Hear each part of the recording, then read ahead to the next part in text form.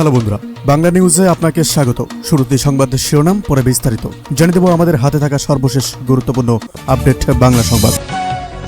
বিশ্ববিদ্যালয়ে আজ এক ছাত্রনেতার উপর অজ্ঞাত হামলার ঘটনায় ক্লাস পরীক্ষা বর্জনের ডাক দিয়েছে শিক্ষার্থীরা। সিসিটিভি ফুটেজে কাদের দেখা গেছে তা নিয়ে চাঞ্চল্য। নতুন মুদ্রানীতি ঘোষণা, বাংলাদেশ ব্যাংক আজ আগামী 6 মাসের জন্য নতুন মুদ্রানীতি ঘোষণা করেছে। সুদের হার ও মুদ্রাস্ফীতি নিয়ন্ত্রণে নতুন এই পদক্ষেপে সাধারণ মানুষের নাবিশ্বাস কমবে কি? প্রশাসনের গুরুত্বপূর্ণ স্তরে আজ বড় ধরনের পরিবর্তন এনেছে অন্তর্বর্তীকালীন সরকারের ধারাবাহিকতায় থাকা বর্তমান সরকার।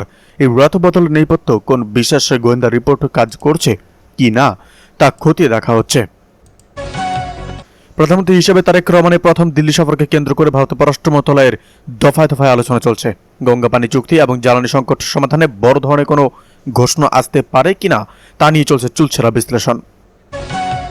গত রাতে সীমান্তে বিএসএফ এর গুলিতে এক বাংলাদেশি নিহত হওয়ার ঘটনায় তীব্র প্রতিবাদ জানিয়েছে ঢাকা। দ্বিপাক্ষিক সম্পর্কের এই গুরুত্বপূর্ণ মুহূর্তে এই ঘটনা কি প্রভাব ফেলবে? রাজধানীতে বিদ্যুতের সংকট মোকাবেলায় আজ থেকে আবারও মার্কেট ও দোকানপাট বন্ধের সময়সীমা নির্দিষ্ট করে দেওয়া হয়েছে। নিয়ম অমান্যকারীদের জন্য কি শাস্তি থাকছে তা স্পষ্ট করছে ডিএনসিসি। ভারতের জাতীয় নিরাপত্তা উপদেষ্টার আমন্ত্রণে বাংলাদেশের পররাষ্ট্রমন্ত্রী এক বিশেষ নিঃস্বভোজে অংশ নিয়েছেন। দুদেশের নিরাপত্তা ও সীমান্ত পরিস্থিতি নিয়ে সেখানে কোনো গুরুত্বপূর্ণ সিদ্ধান্ত এসেছে কিনা তা নিয়ে প্রশ্ন উঠছে। সাইবার সিকিউরিটি আইন বাতিল নাকি সংশোধন, সিদ্ধান্ত চূড়ান্ত। বিতর্কিত সাইবার নিরাপত্তা আইন নিয়ে দীর্ঘ প্রতীক্ষার অবসান হয়ে ঘটতে যাচ্ছে। মন্ত্রিসভার পরবর্তী বৈঠকে এই আইনের আমূল পরিবর্তন বা বাতিলের প্রস্তাব উঠতে পারে। বিএনপি নেতাকর্মীদের যে নির্দেশনা দিলেন প্রধানমন্ত্রী, দেশের শান্তি শৃঙ্খলা রক্ষায় দলের নেতাকর্মীদের নিরাপত্তা বাহিনীকে সহযোগিতা করার নির্দেশ দিয়েছেন বিএনপি চেয়ারম্যান ও প্রধানমন্ত্রী তারেক রহমান। রোববার জাতীয় সংসদ সচিবালয় বগুড়া 6 ও শেরপুর 3 আসনের নবনির্বাচিত সংসদীয় সদস্যদের শপথ গ্রহণ শেষে নেতাকর্মীদের এমন নির্দেশনা দেন তিনি। প্রধানমন্ত্রীর অতিরিক্ত প্রেস সচিব আতিকুর রহমান রুমান একথা জানিয়েছেন। প্রধানমন্ত্রী বলেন, এলাকায় যাতে শান্তি শৃঙ্খলা বজায় থাকে সেভাবে আপনারা প্রশাসন ও আইন শৃঙ্খলা বাহিনীকে সহযোগিতা করবেন। কেউ যদি এমন কিছু করে যার জন্য এলাকার শান্তি নষ্ট হয়, সেক্ষেত্রে আপনাদের দায়িত্ব হলো আইন শৃঙ্খলা বাহিনীকে জানানো। আইন কখনো নিজের হাতে তুলে নেবেন না। প্রধানমন্ত্রী আরো বলেন, যে কোনো মূল্যে এলাকার উন্নয়ন করতে হবে, যে কোনো মূল্যে এলাকার শান্তি শৃঙ্খলার রক্ষা। এদিকে কিশোরগঞ্জে কুকুরের কামড়ে 15 জন আহত। কিশোরগঞ্জের নিকলিতে পাগলা কুকুরের কামড়ে অন্তত 15 জন আহত হয়েছেন। বৃহস্পতিবার সকাল 10টার থেকে দুপুর পর্যন্ত নিকলি সদরে কুরসা পশ্চিমপাড়া ও বন্দের বাড়ি এলাকায় ঘটনাটি ঘটে। আহতদেরকে নিকলি উপজেলা স্বাস্থ্য কমপ্লেক্সে চিকিৎসা দেওয়া হয়েছে। স্থানীয়রা জানান, একটি পাগলা কুকুর গ্রামে ঢুকে সামনে যাকে পেয়েছে তাকে কামড়াতে শুরু করেছে। এতে এলাকায় আতঙ্ক ছড়িয়ে পড়ে। দুপুর 12টা নাগাদ কুকুরের কামড়ে 15 জন আহত হয়েছে।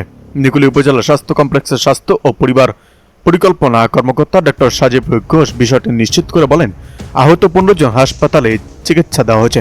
প্রসঙ্গত, এর আগে গত 2 এপ্রিল জেলার পাকুন্দিয়ায় পাগলা কুকুরের কামড়ে 15 জন এবং 50 জন আহত হয়। এদিকে সরকার ফ্যাসিবাদে কায়েমের ইঙ্গিত দিচ্ছে বললেন জামায়াত আমির। সরকার আবারও ফ্যাসিবাদে কায়েমের ইঙ্গিত দিচ্ছে বলে অভিযোগ করেছেন জামায়াত আমির ডক্টর শফিকুর রহমান। তিনি বলেন, বর্তমান রাজনৈতিক পরিস্থিতি মেনে নেওয়া হবে না। জনগণকে সঙ্গে নিয়ে এর বিরুদ্ধে প্রতিরোধ গড়ে তোলা হবে। রোববার রাজধানী ইনস্টিটিউশন অব ডিপ্লোমা ইঞ্জিনিয়ার্স বাংলাদেশে জুলাই শহীদ পরিবার ও আন্দোলনে অংশগ্রহণকারীদের সঙ্গে এক মত বিনিময় সভায় তিনি এসব কথা বলেন। জুলাই জাদুঘরকে সরকার দলীয়করণ করছে উল্লেখ করে জামায়াত আমির অভিযোগ করেন, বিএনপি সংস্কার পরিষদের শপথ না নিয়ে জাতিসংঘে প্রতারণা করেছে এবং বিভিন্ন প্রতিষ্ঠান যেমন ক্রিকেট বোর্ড, বিশ্ববিদ্যালয় ও জেলা পরিষদে প্রভাব বিস্তার করেছে। তিনি বলেন, গণতান্ত্রিক প্রতিষ্ঠানগুলোতে অবৈধ হস্তক্ষেপের মাধ্যমে রাজনৈতিক পরিবেশ সংকুচিত করা হচ্ছে। এই পরিস্থিতি মেনে নেওয়া হবে না। জনগণকে সঙ্গে নিয়ে এর বিরুদ্ধে প্রতিরোধ গড়ে তোলা হবে। রাজনৈতিক অবস্থান স্পষ্ট করে শফিকুর রহমান বলেন, সংসদের ভেতরে যতদিন সংগ্রাম সম্ভব ততদিন থাকবেন, তবে মূল লড়াই হবে রাজপথে। একই অনুষ্ঠানে বক্তব্য দানকালে নাহিদ ইসলাম বলেন, জুলাই আন্দোলনে শহীদদের আত্মত্যাগ বৃথা যেতে দেওয়া হবে না। আসন্ন আন্দোলনে 11 দলের শীর্ষ নেতারা সামনে থেকে নেতৃত্ব দেবেন বলেও জানান তিনি। নাহিদ ইসলাম বলেন, আমরা এবার আংশিক নয় পূর্ণ সফলতার লক্ষ্য নিয়ে রাজপথে নামব। প্রয়োজনে নেতারাই সামনে থেকে ঝুঁকে নেবেন। এদিকে তরুণ রাজনীতির নতুন দিগন্ত সংরক্ষিত আসনে আলোচনা কেন্দ্রবিন্দুতে ছাত্রদলের নওরিন। জাতীয় সংসদে সংরক্ষিত নারী আসনে সর্বকনিষ্ঠ প্রার্থী হিসাবে মনোনয়নপত্র জমা দিয়েছেন জাতীয়তাবাদী ছাত্রদলের কেন্দ্রীয় কমিটির সম্পাদক জান্নাতুল নওরিন উর্মি। রোববার দুপুরে রাজধানীর নয়াপল্টনে বিএনপির কেন্দ্রীয় কার্যালয়ে এই মনোনয়নপত্র জমা দেন। মনোনয়ন সংগ্রহের পর প্রতিক্রিয়ায় নওরিন বলেন, সংরক্ষিত নারী আসনে কেবল একটি সাংবিধানিক ব্যবস্থা হিসাবে নয়, বরং নারীদের রাজনৈতিক ক্ষমতায়নের একটি বাস্তবধর্মী সুযোগ হিসেবে দেখা উচিত। তার ভাষ্য, বাংলাদেশের জাতীয় সংসদে মোট 350টি আসনের মধ্যে 50টি সংরক্ষিত নারী আসন রয়েছে। ফলে সংসদে নারীর প্রতিনিধিত্ব প্রায় 20%, অথচ বিশ্বে গড় প্রতিনিধিত্ব আরও বেশি। এই বাস্তবতায় সংরক্ষিত আসন নারীদের জন্য একটি প্রয়োজনীয় প্ল্যাটফর্ম তৈরি করে। এদিকে বিএনপি সুবিধা নিলেও কোনো আন্দোলনের প্রতিশ্রুতি রক্ষা করেনি বললেন নাহিদ ইসলাম। বিএনপিকে সব আন্দোলনের সুবিধাভোগী উল্লেখ করে বিরোধী দলীয় চিফ হুইপ ও জাতীয় নাগরিক পার্টির অর্থাৎ এনসিপি আহ্বায়ক নাহিদ ইসলাম বলেন, তারা সব আন্দোলনের সুবিধা নিয়েছে, কিন্তু কোনো গণ আন্দোলনের প্রতিশ্রুতি কখনোই রক্ষা করেনি। আজ রোববার দুপুরে রাজধানীর কাকরাইলে ডিপ্লোমা ইঞ্জিনিয়ারিং ইনস্টিটিউট বাংলাদেশের মুক্তিযোদ্ধা হল মিলনায়তনে এক মত বিনিময় অনুষ্ঠানে সভাপতির বক্তব্যে নাহিদ ইসলাম কথা বলেন। জুলাই শহীদ পরিবার ও জুলাই যোদ্ধাদের সঙ্গে এই মত বিনিময় অনুষ্ঠানে আয়োজন করে 11 দলীয় জোট। অনুষ্ঠানে নাহিদ ইসলাম বলেন, 1990 সালের গণ আন্দোলনের পর বিএনপি সরকার ক্ষমতায় ছিল, কিন্তু তারা গণ অভ্যুত্থানের পর হওয়া 3 দলের জোটের রূপরেখা অস্বীকার করেছিল। তারা এখন জুলাই সনদ অক্ষরে অক্ষরে পালন করার কথা বলছে, কিন্তু জুলাই সনদকে তারাই কুলুষিত করেছে। সংস্কারের পক্ষে বিএনপিকে প্রধান বাধা হিসেবে উল্লেখ করে বিরোধী দলীয় চিফ হুইপ নাহিদ বলেন, গণঅভ্যুত্থানের 2 বছর পর সবাই এই ঐক্যের জায়গায় আছে। বাংলাদেশকে সংস্কারের মাধ্যমে পরিবর্তন করতে হবে। এই পরিবর্তনের পথে প্রধান বাধা হয়ে দাঁড়িয়েছে বিএনপি সরকার। সরকার গঠনের পর থেকে দেশ পুরনো পথে পেছনের দিকে হাঁটছে। এদিকে গণতন্ত্র একটি আস্থার জায়গা, আইন হাতে তুলে নেবেন না বলেন চিফ হুইপ। জাতীয় সংসদের চিফ হুইপ মোহাম্মদ নুরুল ইসলাম বলেছেন, গণতন্ত্র হলো একটি আস্থার জায়গা। আমরা বিরোধী দলকে বিশ্বাস করব, আর বিরোধী দলও আমাদের বিশ্বাস করবে।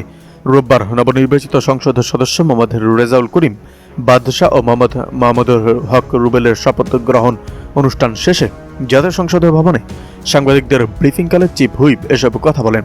চিফ হুইপ বলেন, শপথ গ্রহণ অনুষ্ঠান শেষে তার প্রধানমন্ত্রী তারেক রহমান উপস্থিত সবার উদ্দেশ্যে বলেন, কোথাও কোনো সমস্যার উদ্ভব হলে আপনারা প্রশাসনের দ্বারস্থ হবেন অথবা প্রয়োজনে আমাকে জানাবেন, কিন্তু কেউ কখনো আইন হাতে তুলে নেবেন না। আমরা মানুষের কল্যাণের জন্য নির্বাচিত হয়েছি, কাজেই মানুষের কল্যাণ নিশ্চিত করাটা আমাদের দায়িত্ব।